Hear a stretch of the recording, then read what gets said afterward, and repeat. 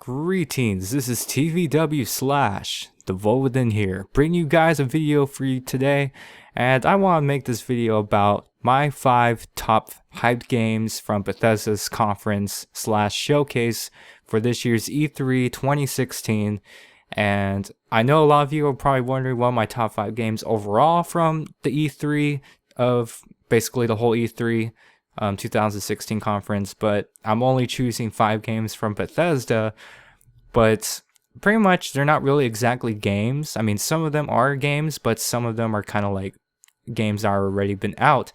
The only thing that I'm going to mention is that they're adding some new stuff onto those games, so I'm going to include those in my top 5.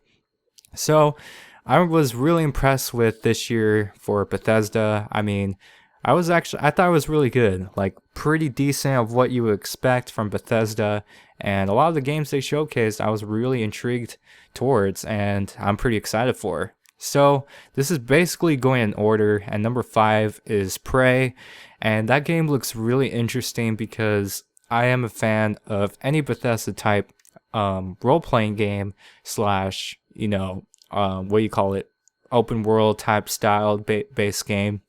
I played Rage, I played Dishonored, and Prey just looks like a really interesting game because coming from a YouTuber perspective, this will be a great game for me to play on my channel, and I will be picking up this game once it comes out this year, I think, or was it 2017? I don't remember, but when it comes out, I will be doing a game Let's Play of this, so I really think it's really interesting, like the whole like illusion mirror thing was kind of interesting to me. I don't really know much about it, but it seems like a pretty decent title that I would be interested in playing.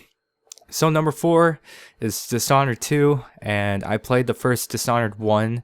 I've actually haven't beaten the first Dishonored game because I've just been distracted with other games as well as other stuff, so I haven't really had enough time to beat it, but as I can hear, you can beat the game pretty quickly if you just run through it all without being all stealthy. But knowing me, I do like playing a stealthy type playstyle, so it would take some time to beat the game, and also I like to find collectibles in there as well.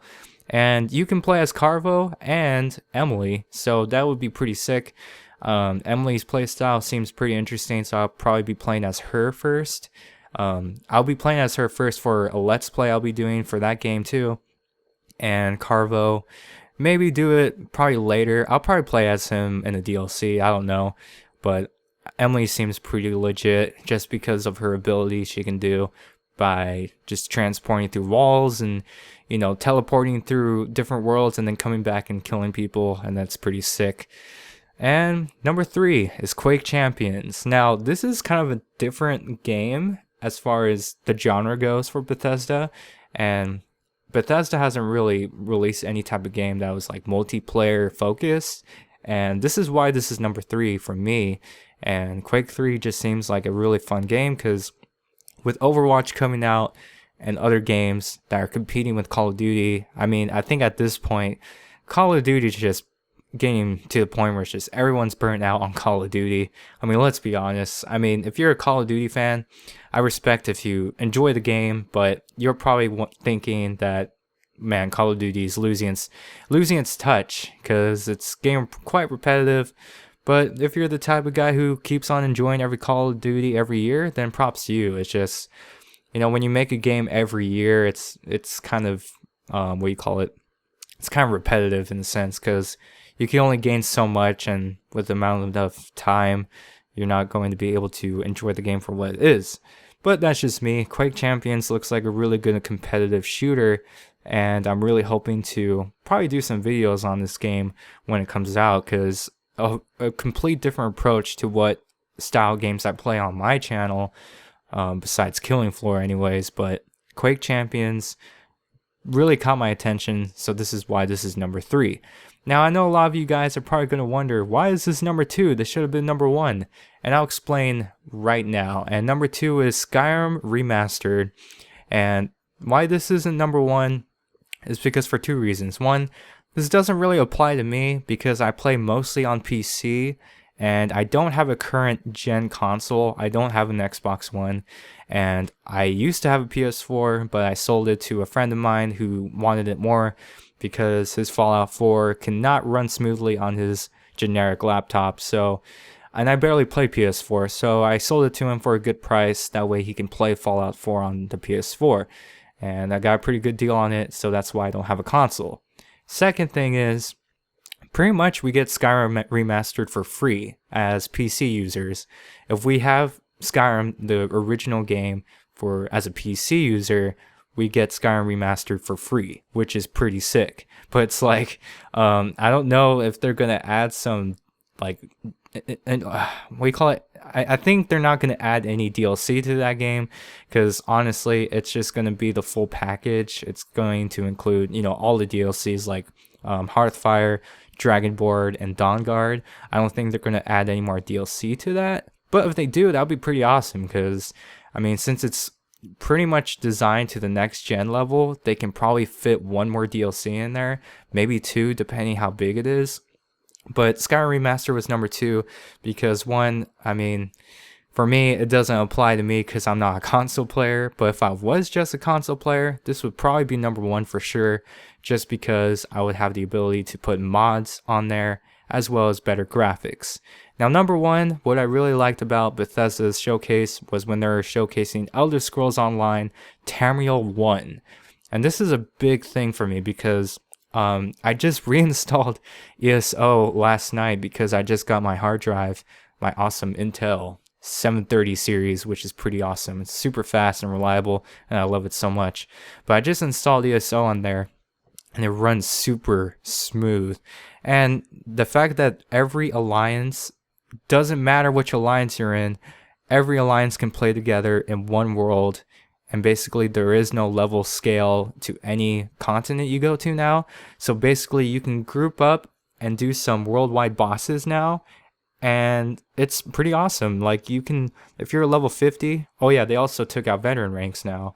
But everyone's pretty much level 50 is the cap now.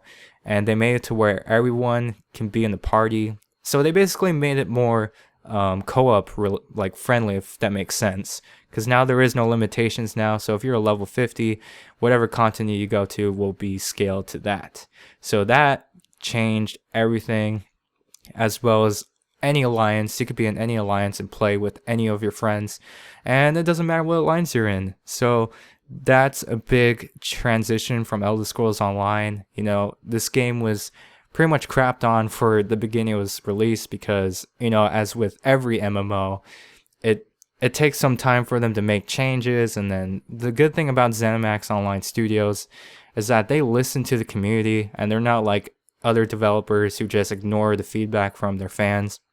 And they take what we want and they listen and they make it work. So that's why ZOS is by far, I respect them, because ZOS has made ESO a better game than it ever was day one. That's a true statement.